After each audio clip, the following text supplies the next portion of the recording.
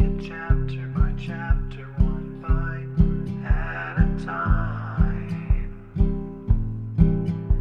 So many adventures and mountains we can climb. Take it word for word, line by line, one bite at a time.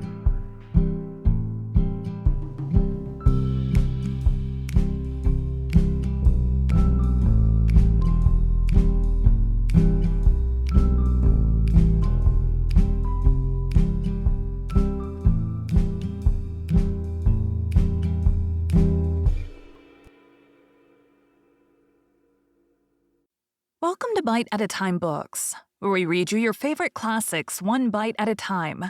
My name is Bree Carlile, and I love to read, and wanted to share my passion with listeners like you. If you want to know what's coming next and vote on upcoming books, sign up for our newsletter at biteatatimebooks.com. You'll also find our new t-shirts in the shop, including podcast shirts and quote shirts from your favorite classic novels. Be sure to follow my show on your favorite podcast platform so you get all the new episodes. You can find most of our links in the show notes. But also our website, biteatatimebooks.com, includes all of the links for our show, including to our Patreon to support the show, and YouTube, where we have special behind the narration of the episodes. We're part of the Bite at a Time Books Productions Network.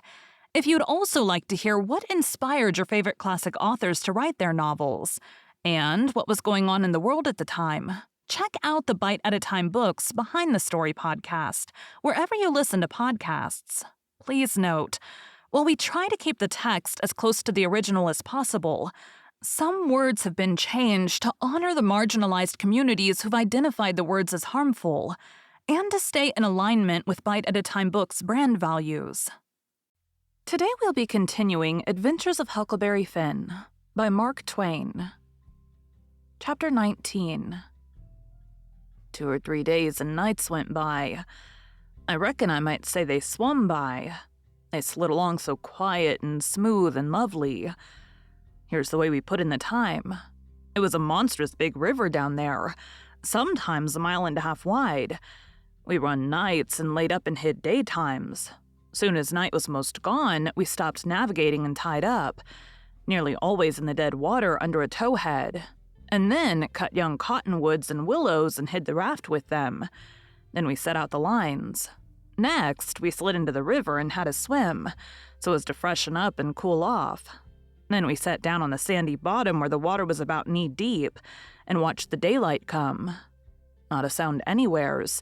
Perfectly still, just like the whole world was asleep, only sometimes the bullfrogs a-cluttering, maybe.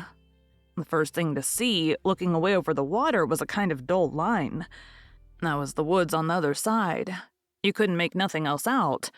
Then a pale place in the sky. Then more paleness spreading around. Then the river softened up way off and weren't black anymore, but gray. You could see little dark spots drifting along ever so far away, trading scows and such things, and long black streaks, rafts. Sometimes you could hear a sweep squeaking, or jumbled up voices. It was so still and sounds come so far, and by you could see a streak on the water, which you know by the look of the streak that there's a snag there in a swift current, which breaks on it and makes that streak look that way. And you see the mist curl up off the water, and the east reddens up in the river, and you make out a log cabin in the edge of the woods away on the bank on the other side of the river, being a wood yard likely, and piled by them cheats so you can throw a dog through it anywheres. Then the nice breeze springs up and comes fanning you from over there, so cool and fresh and sweet to smell on account of the woods and the flowers. But sometimes not that way, because they've left dead fish laying around, gars and such, and they do get pretty rank. And next you've got the full day, and everything smiling in the sun, and the songbirds just going it. A little smoke couldn't be noticed now, so we would take some fish off of the lines and cook up a hot breakfast, and afterwards we would watch the lonesomeness of the river and kind of lazy along, and by it lazy off to sleep. Wake up by and look to see what done it, and maybe see a steamboat coughing along upstream. So far off towards the other side you couldn't tell nothing about her, only whether she was a stern wheel or a side wheel. Then for about an hour there wouldn't be nothing to hear nor nothing to see, Just solid lonesomeness. Next, you'd see a raft sliding by away off yonder, and maybe a galoot on it, chopping because they're most always doing it on a raft. You'd see the axe flash and come down. You don't hear nothing. You see that axe go up again, and by the time it's above the man's head, you hear the kunk. It had took all that time to come over the water. So we would put in the day, lazying around, listening to the stillness. Once there was a thick fog, and the rafts and things that went by was beating tin pans so the steamboats wouldn't run over them. A scow or a raft went by so close we could hear them talking and cussing and laughing. Heard them plain. But we couldn't see no sign of them. It made you feel crawly. It was like spirits carrying on that way in the air. Jim said he believed it was spirits. But I says, no, spirits wouldn't say durn the dern fog. So it was night out and we shoved. When we got her out to about the middle, we let her alone and let her float wherever the current wanted her to. Then we lit the pipes and dangled our legs in the water and talked about all kinds of things. We was always naked, day and night, whenever the mosquitoes would let us. The new clothes Buck's folks made for me was too good to be comfortable, and besides, I didn't go much on clothes nohow. Sometimes we'd have that whole river all to ourselves for the longest time. Yonder was the banks and the islands across the water, and maybe a spark, which was a candle in a cabin window, and sometimes on the water you could see a spark or two, on a raft or a scow, you know, and maybe you could hear a fiddle or a song coming over from one of them crafts. It's lovely to live on a raft. We had the sky up there all speckled with stars, and we used to lay on our backs and look up at them and discuss about whether they was made or only just happened. Jim, he allowed they was made, but I allowed they happened. I judged it would have took too long to make so many. Jim said the moon could have laid them. Well, that looked kind of reasonable, so I didn't say nothing against it, because I've seen a frog lay most as many, so of course it could be done. We used to watch the stars that fell too and see them streak down. Jim allowed they'd got spoiled and was hove out of the nest. Once or twice of a night we would see a steamboat slipping along in the dark, and now and then she would belch a whole world of sparks up out of her chimblies and they would rain down in the river and look awful pretty. Then she would turn a corner and her lights would wink out and her powwow shut off and leave the river still again. And by her waves would get to us, a long time after she was gone, and joggle the raft a bit. And after that, you wouldn't hear nothing for you couldn't tell how long except maybe frogs or something. After midnight, the people on shore went to bed. And then for 2 or 3 hours, the shores was black. No more sparks in the cabin windows. These sparks was our clock. The first one that showed again meant morning was coming. So we hunted a place to hide and tie up right away. One morning about daybreak, I found a canoe and crossed over a chute to the main shore. It was only 200 yards, and paddled about a mile up a creek amongst the cypress woods to see if I couldn't get some berries. Just as I was passing a place where a kind of a cow path crossed the creek, here comes a couple of men tearing up the path as tight as they could foot it. I thought I was a goner, for whenever anybody was after anybody, I judged it was me, or maybe Jim. I was about to dig out from there in a hurry, but they was pretty close to me then, and sung out and begged me to save their lives. Said they hadn't been doing nothing, was being chased for it. Said there was men and dogs a-coming. They wanted to jump right in, but I says, "Don't you do it. I don't hear the dogs and horses yet. You've got time to crowd through the brush and get up the crick a little ways. Then you take to the water and wade down to me and get in. That'll throw the dogs off the scent." They done it. And soon as they was aboard, I lit out for our towhead, and in about 5 or 10 minutes we heard the dogs and the men away off shouting. We heard them come along towards the crick, but couldn't see them. They seemed to stop and fool around a while. And then, as we got further and further away all the time, we couldn't hardly hear them at all. By the time we had left a mile of woods behind us and struck the river, everything was quiet, and we paddled over to the towhead and hid in the cottonwoods and was safe. One of these fellows was about 70 or upwards, and had a bald head and very gray whiskers.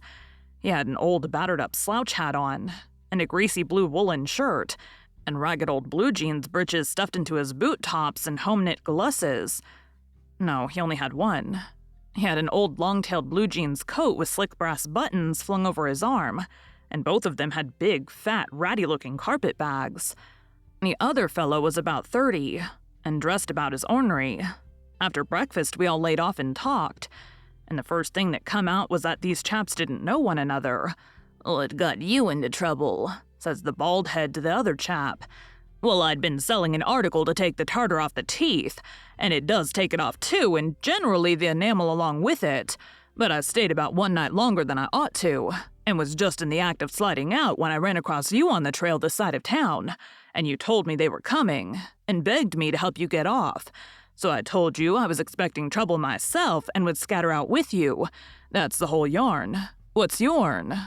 "Well, I'd been running a little temperance revival there about a week, and was the pet of the women folks, big and little, for I was making it mighty warm for the rummies, I tell you, and taking as much as $5 or $6 a night, 10 cents a head, children and servants free, and business a-growing all the time, when somehow or another a little report got around last night that I had a way of putting in my time with a private jug on the sly. A servant rousted me out this morning and told me the people was gathering on the quiet with their dogs and horses, and they'd be along pretty soon and give me about half an hour's start, and then run me down if they could. And if they got me, they'd tar and feather me and ride me on a rail, sure. I didn't wait for no breakfast. I weren't hungry." "Old man," said the young one, "I reckon we might double-team it together. What do you think?" "I ain't undisposed. What's your line, mainly?" "Jar printer by trade. Do a little in patent medicines. Theater actor. Tragedy, you know. Take a turn to mesmerism and phrenology when there's a chance. Teach singing geography school for a change. Sling a lecture sometimes. Oh, I do lots of things. Most anything that comes handy so it ain't work. What's your lay?" "I've done considerable in the doctoring way in my time. Laying on of hands is my best holt, for cancer and paralysis and sich things. And I can tell a fortune pretty good when I've got somebody along to find out the facts for me. Preachin's my line too, and working camp meetings and missionarying around." Nobody never said anything for a while. Then the young man hove a sigh and says, "Alas!" "What are you alassin' about?" says the bald head. "To think I should have lived to be leading such a life and be degraded down into such company." And he begun to wipe the corner of his eye with a rag. "Durn your skin, ain't the company good enough for you?" says the bald head pretty pert and uppish. "Yes, it is good enough for me. It's as good as I deserve, for who fetched me so low when I was so high? I did myself. I don't blame you, gentlemen. Far from it. I don't blame anybody. I deserve it all. Let the cold world do its worst. One thing I know, there's a grave somewhere for me. The world may go on just as it's always done and take everything from me. Loved ones, property, everything. But it can't take that. Someday I'll lie down in it and forget it all, and my poor broken heart will be at rest." He went on a-wiping. "Drat your poor broken heart," says the bald head. "What are you heaving your poor broken heart at us for? We ain't done anything. No, I know you haven't. I ain't blaming you, gentlemen. I brought myself down. Yes, I did it myself. It's right I should suffer. Perfectly right. I don't make any moan." "Brought you down from where? Where was you brought down from?" "Ah, you would not believe me. The world never believes. Let it pass. 'Tis no matter. The secret of my birth." "The secret of your birth? Do you mean to say, gentlemen," says the young man very solemn, "I will reveal it to you, for I feel I may have confidence in you. By rights, I am a duke." Jim's eyes bugged out when he heard that, and I reckon mine did too. Then the bald head says, "No, you can't mean it." "Yes, my great-grandfather, eldest son of the Duke of Bridgewater, fled to this country about the end of the last century to breathe the pure air of freedom, married here and died, leaving a son, his own father dying about the same time. The second son of the late Duke seized the titles and estates. The infant real Duke was ignored. I am the lineal descendant of that infant. I am the rightful Duke of Bridgewater. And here I am, forlorn, torn from my high estate, hunted of men, despised by the cold world, ragged, worn, heartbroken, and degraded to the companionship of felons on a raft." Jim pitied him ever so much, and so did I. We tried to comfort him, but he said it weren't much use. He couldn't be much comforted. Said if we was a mind to acknowledge him, that would do him more good than most anything else. So he said we would, if he would tell us how. He said we ought to bow when we spoke to him and say, "Your Grace," or "My Lord," or "Your Lordship," and he wouldn't mind it if we called him plain Bridgewater, which he said was a title anyway and not a name, and one of us ought to wait on him at dinner and do any little thing for him he wanted done. Well, that was all easy, so we done it. All through dinner, Jim stood around and waited on him and says, "Will your Grace have some of this or some of that?" and so on, and a body could see it was mighty pleasing to him. But the old man got pretty silent by and by. I didn't have much to say and didn't look pretty comfortable all over that petting that was going on around that duke. He seemed to have something on his mind. So along in the afternoon he says, "Looky here, Bilgewater," he says, "I'm nation sorry for you, but you ain't the only person that's had troubles like that. No, you ain't. You ain't the only person that's been snaked down wrongfully out in a high place. Alas! No, you ain't the only person that's had a secret of his birth." And by jings, he begins to cry. "Hold, what do you mean?" "Bilgewater, can I trust you?" says the old man, still sort of sobbing. "To the bitter death." He took the old man by the hand and squeezed it and says, "That secret of your being, speak." "Bilgewater, I am the late Dauphin." You bet you Jim and me stared this time. Then the Duke says, "You're what?" "Yes, my friend, it is too true. Your eyes is looking at this very moment on the poor disappeared Dauphin, Louis the 17th, son of Louis the 16th and Marie Antoinette." "You at your age? No, you mean you're the late Charlemagne. You must be 600 or 700 years old at the very least." "Trouble has done it, Bilgewater. Trouble has done it. Trouble has brung these gray hairs and this premature balditude. Yes, gentlemen, you see before you in blue jeans and misery the wanderin', exiled, trampled on and sufferin' rightful king of France." Well, he cried and took on so that me and Jim didn't know hardly what to do. We was so sorry, and so glad and proud we got him with us, too. So we set in, like we done before with the Duke, and tried to comfort him. But he said it weren't no use. Nothing but to be dead and done with it all could do him any good. Though he said it often made him feel easier and better for a while if people treated him according to his rights, and got down on one knee to speak to him and always called him Your Majesty and waited on him first at meals, and didn't set down in his presence till he asked them. So Jim and me set to majestying him, and doing this and that and the other for him, and standing up till he told us we might set down. This done him heaps of good, and so he got cheerful and comfortable. But the Duke kind of soured on him, and didn't look a bit satisfied with the way things was going.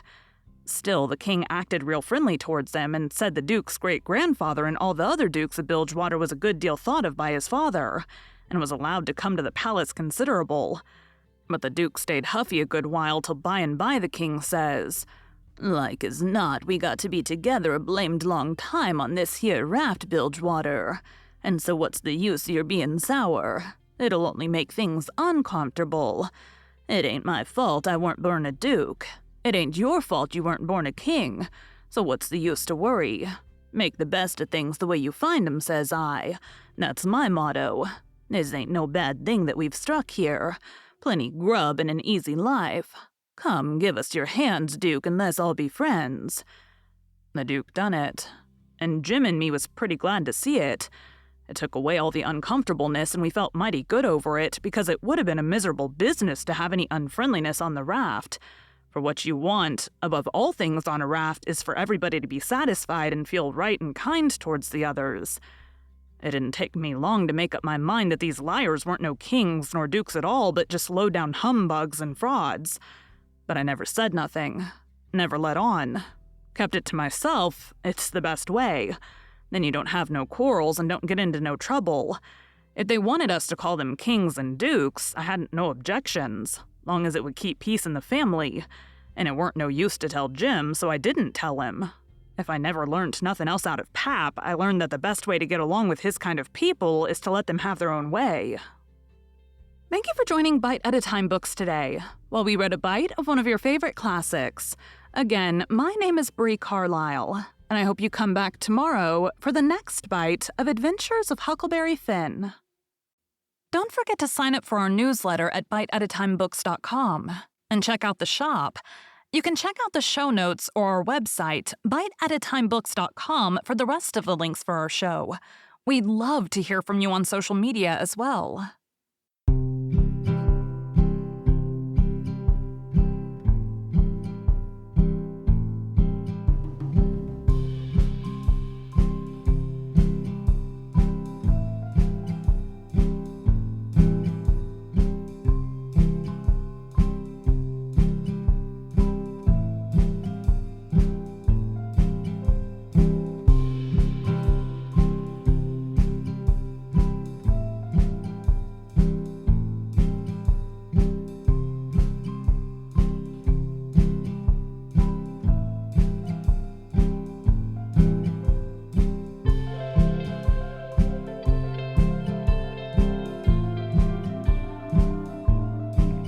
Take a look in the book and let's see what we can find.